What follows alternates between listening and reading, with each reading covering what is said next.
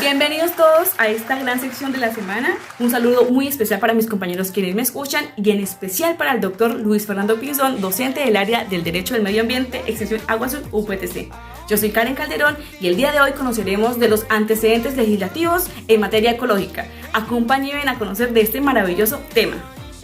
Ahora, durante los próximos siguientes 2 minutos, vamos a hacer un recorrido súper breve y rápido por algunos hitos del derecho internacional público, para luego enfocarnos en el derecho internacional ambiental. Entonces, vamos a afirmar que un punto clave del momento histórico es con el nacimiento mismo del derecho internacional público.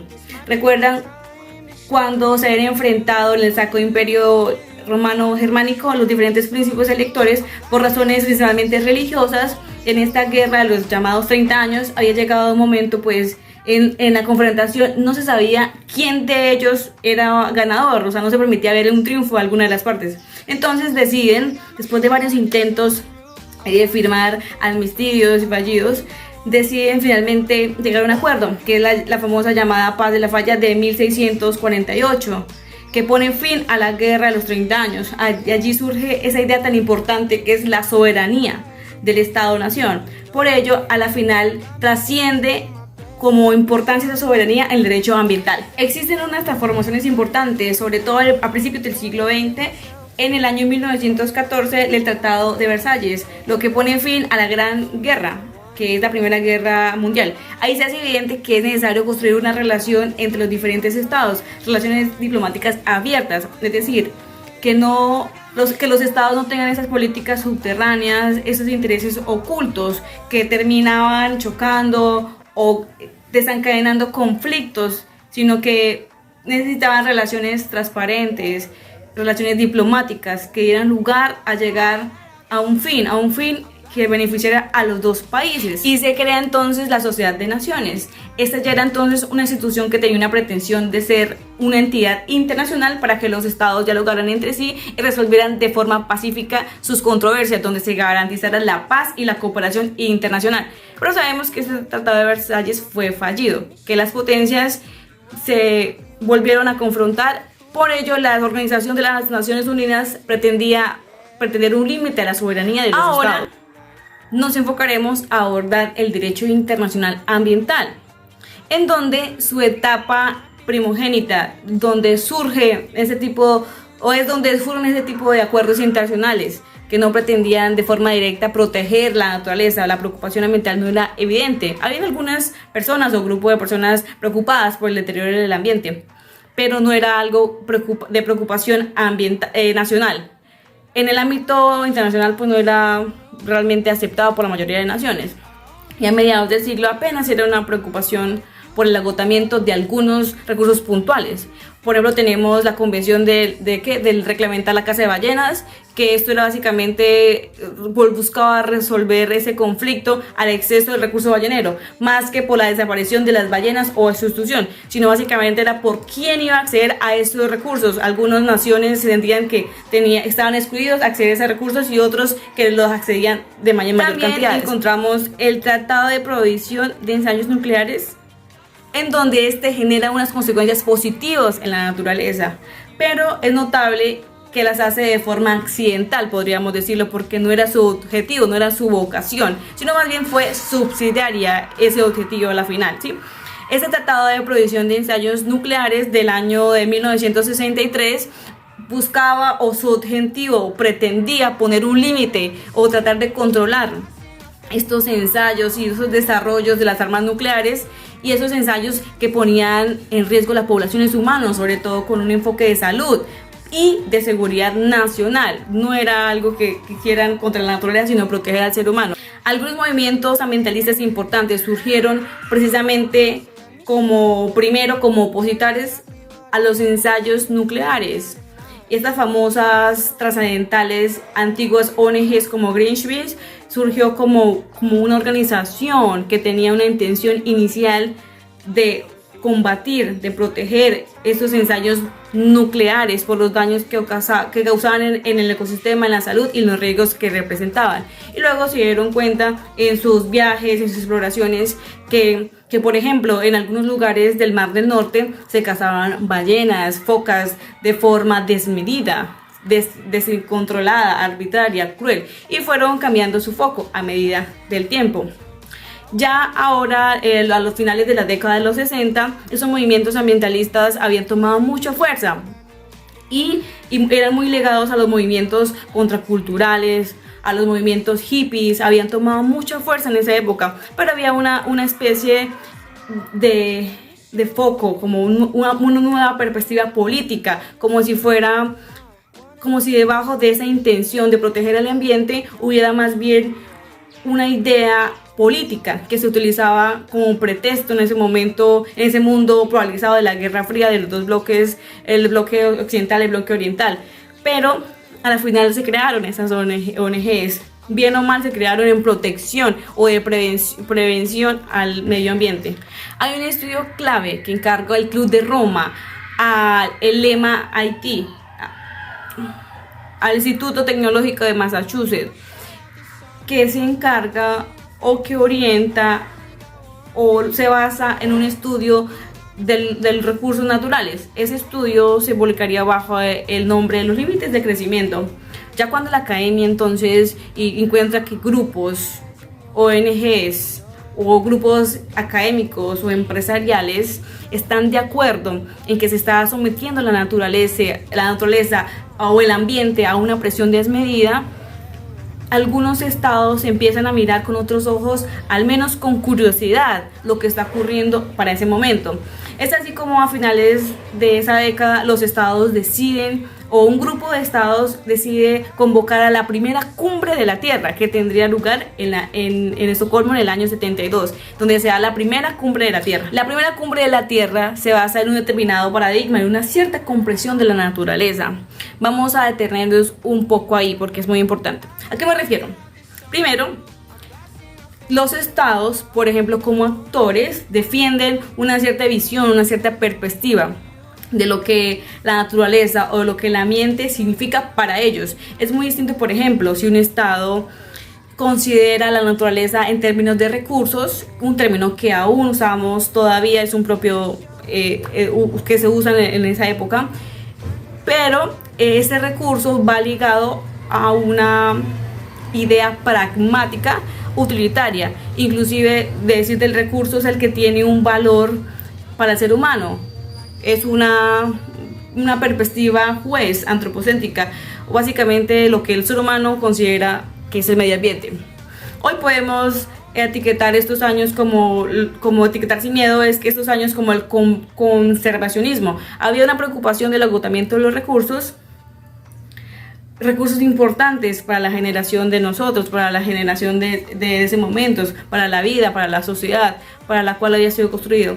Pero era una perspectiva de conservacionismo utilitaria, era pragmática, ligada a la noción de recurso como tal, para explotarlo, no para protegerlo. Es muy distinto considerarlo a un árbol como un recurso maderero, como parte del recurso maderero, como industria, como dinero, o como un proveedor de oxígeno, o considerar al árbol como considerarlo como parte dentro del ecosistema, que es importante dentro de nuestro ecosistema, que nos da oxígeno, que puede proteger a otras especies, que hay los arbolitos ainides, que también nos provee de minerales, de frutos, de muchas cosas otras más. Por eso es la perspectiva de la primera cumbre de la Tierra. En la primera cumbre, la visión en términos generales era la de conservación, pero por temor al agotamiento de los recursos naturales y por el riesgo a la salud pública. Se presentaba el problema como un problema de salud pública, que eso también es una perspectiva particular de la primera cumbre. Entonces podemos afirmar y podemos decir que el objetivo principal de esa primera cumbre de la Tierra básicamente era la de proteger el medio humano. Es muy diciente la palabra, proteger el medio humano y no el medio ambiente. No se hablaba del medio, en términos generales, del medio ambiente, sino se hablaba del medio humano. Esa era la verdadera preocupación. ¿Qué iba a ocurrir con el ser humano con su salud, con los recursos que utilizaba, si los gastábamos de forma precipitada. Esta primera cumbre de la Tierra generó un impacto positivo en nuestra propia legislación colombiana. ¿Por qué?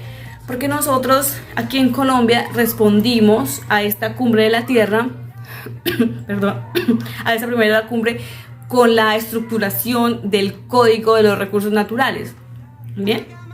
Que es del 74, sí, 1974, en donde fue el tiempo que se tardó el proceso de elaboración de esta importante legislación. Como lo veníamos diciendo, Colombia respondió a la primera cumbre de la Tierra.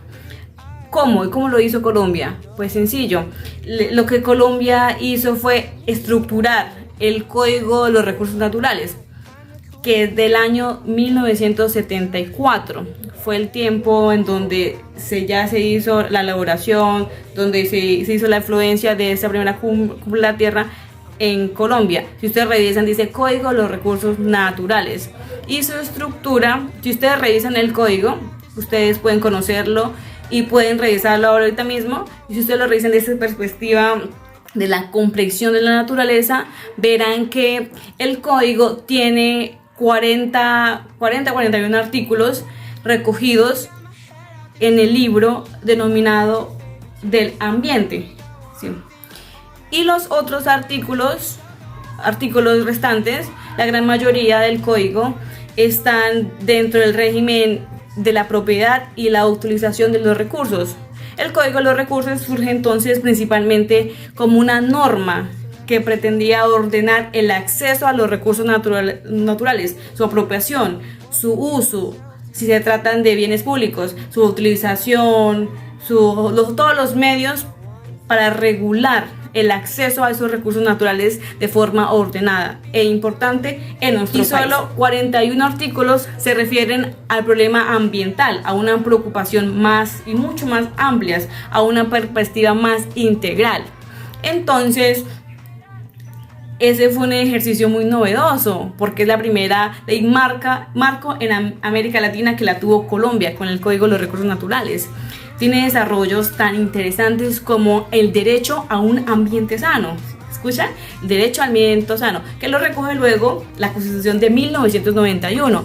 En la segunda cumbre de la Tierra, que se realizó en el año de 1992 en Río de Janeiro, en Brasil, lo que se busca allí básicamente es proteger ya no el medio humano, sino se busca proteger el medio ambiente como tal. Entran en vigor los conceptos ya no tanto como recursos, eso permanece, pero van perdiendo relevancia y empiezan a ser claves ideas como biodiversidad, ecosistema, que tiene una visión mucho más sistemática, mucho más integral, y la perspectiva de esta segunda cumbre de la Tierra cambia a diferencia de la primera, en la que podemos entender que la naturaleza tiene un montón de factores, de variables, muchas de ellas desconocidas, que la hacen compleja y muy de entender y de analizar, pero que debemos hacer un esfuerzo por entenderlos, por entender esos ciclos, esas relaciones que tienen entre nosotros para el momento de intervenir la naturaleza. Además, por una parte podemos ver el medio ambiente, la protección, la defensa del pensamiento sistemático y también que es un pensamiento integral, y además de que este desarrollo sostenible debería ser el objetivo. O sea, el objetivo de desarrollo sostenible inicialmente es que las generaciones presentes utilicen los recursos o los elementos de la naturaleza sin agotarlos para las futuras generaciones. Consiste en un principio de responsabilidad intergeneracional con esos seres humanos que aún no nacidos, pero que somos responsables de protegerlos. La cumbre de la segunda Tierra tiene una implicación, básicamente es una actualización, una modernización, una actualización del derecho, del apenas derecho joven, derecho internacional ambiental, y produce unos efectos importantes. De esta segunda cumbre surgen dos convenciones. La primera, la Convención Marco sobre el Cambio Climático, y una Convención sobre la Protección de la Biodiversidad. Y dos declaraciones. Ustedes saben que las convenciones contienen obligaciones y las declaraciones, en cambio, son ejercicios no vinculantes. Surgen dos declaraciones. Primero, la protección de los bosques y la declaración de los principios, en los cuales proponían o declaraban cuáles deberían ser los principios de las legislaciones ambientales del derecho ambiental. En Colombia, entonces, el efecto de la segunda cumbre se ve incluso antes de que se realice la reunión, o sea, mucho antes, porque nosotros estábamos en ese escenario de la renovación constitucional, estábamos del movimiento social, del movimiento político para que se diera la Constitución del 91. ¿Pero por qué se dio todo eso? Porque nosotros en la Constitución del 91 consignamos el desarrollo sostenible como objetivo principal del Estado, de su protección ambiental. La Constitución del 91 es hija de la segunda cumbre de la Tierra, claramente. Se ve claramente influenciada. La Constitución ecológica, o sea, este concepto jurisprudencial que ustedes bien conocen y que hemos abordado, esta Constitución ecológica es una constitución en cuanto al paradigma anclada a la segunda cumbre de la Tierra, al desarrollo sostenible, a la visión sistemática en los principios que allí se proponen. Chicos, es importante entender y mantenerse al tanto de ese derecho internacional ambiental, porque en particular en el caso colombiano, el derecho ambiental colombiano es derecho ambiental internacional, es hijo del derecho ambiental internacional, es allí donde surge ese derecho, es donde se crea ese derecho. Por eso es tan importante que lo tengamos muy claro y que lo tengamos presente, que porque pasó hace muchísimos años no significa que no tenga importancia, la tiene y aún más porque sigue estando vigente. Ahora hablaremos de algo muy importante. Ya sabemos que tiene mucha influencia el derecho internacional ambiental. Ahora hablaremos de nuestra propia legislación colombiana. Iniciaremos abordando el siguiente decreto. El decreto 2811 de 1974, que es el Código de Recursos Naturales, que es la base fundamental de la legislación en medio ambiente en Colombia. Luego están las normas sanitarias, que comprendidas en la Ley Novena de 1979.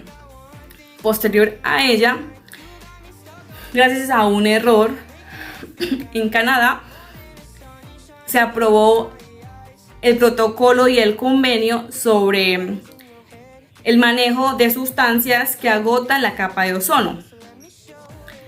Luego ya encontramos en Colombia se crea el Ministerio de Ambiente en Colombia para desarrollar actividades que están enfocadas hacia la prevención de los recursos naturales. Importante porque no existía en Colombia. Luego tenemos la aprobación del Convenio de Basilea para el transporte de las mercancías comprendidas en la Ley 253 de 1996, en donde se puede transportar mercancías peligrosas transfronterizas. Después tenemos el Servicio Público de Aseo, que está comprendido en la Ley 1713 de 2002. Esta ley permite reglamentar que se establece en ese mismo decreto del uso de las basuras. Posteriormente están las disposiciones finales de los residuos sólidos que se tienen a través de los rellenos sanitarios. También es muy importante conocerlo. Luego, Colombia establece una norma de emisión de ruidos ambiental comprendido en la resolución 627 de 2006, en donde se establece los parámetros y límites permisibles en los hogares, en las empresas. Importante, ¿cierto?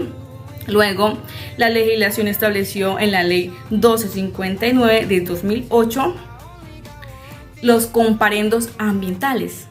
¿Se acuerdan que es un tema muy trillado? Posteriormente, con el fin de determinar las sanciones que se deberían establecer, sale el procedimiento sancionatorio ambiental, lo que estamos viendo ahora en clase mismo.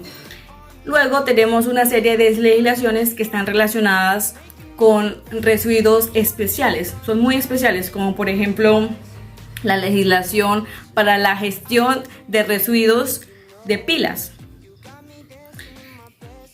Esta legislación se encuentra en la resolución 1457 del 2010, que es para la gestión de residuos de llantas usadas. Importante también. La legislación para la legislación de bombillas también se encuentra en la 1511 de 2010. También encontramos más legislación sobre cómo usar los computadores, los residuos, todo lo relacionado con temas tecnológicos. También encontramos una ley para la gestión de los residuos eléctricos y electrónicos comprendidos en la ley 1672 de 2013, denominados RAI.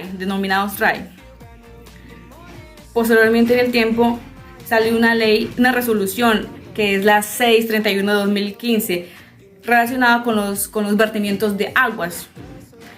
También encontramos que el decreto único reglamentario del sector ambiente es todo lo que organiza una serie de decretos, entre los cuales están en cada una de sus partes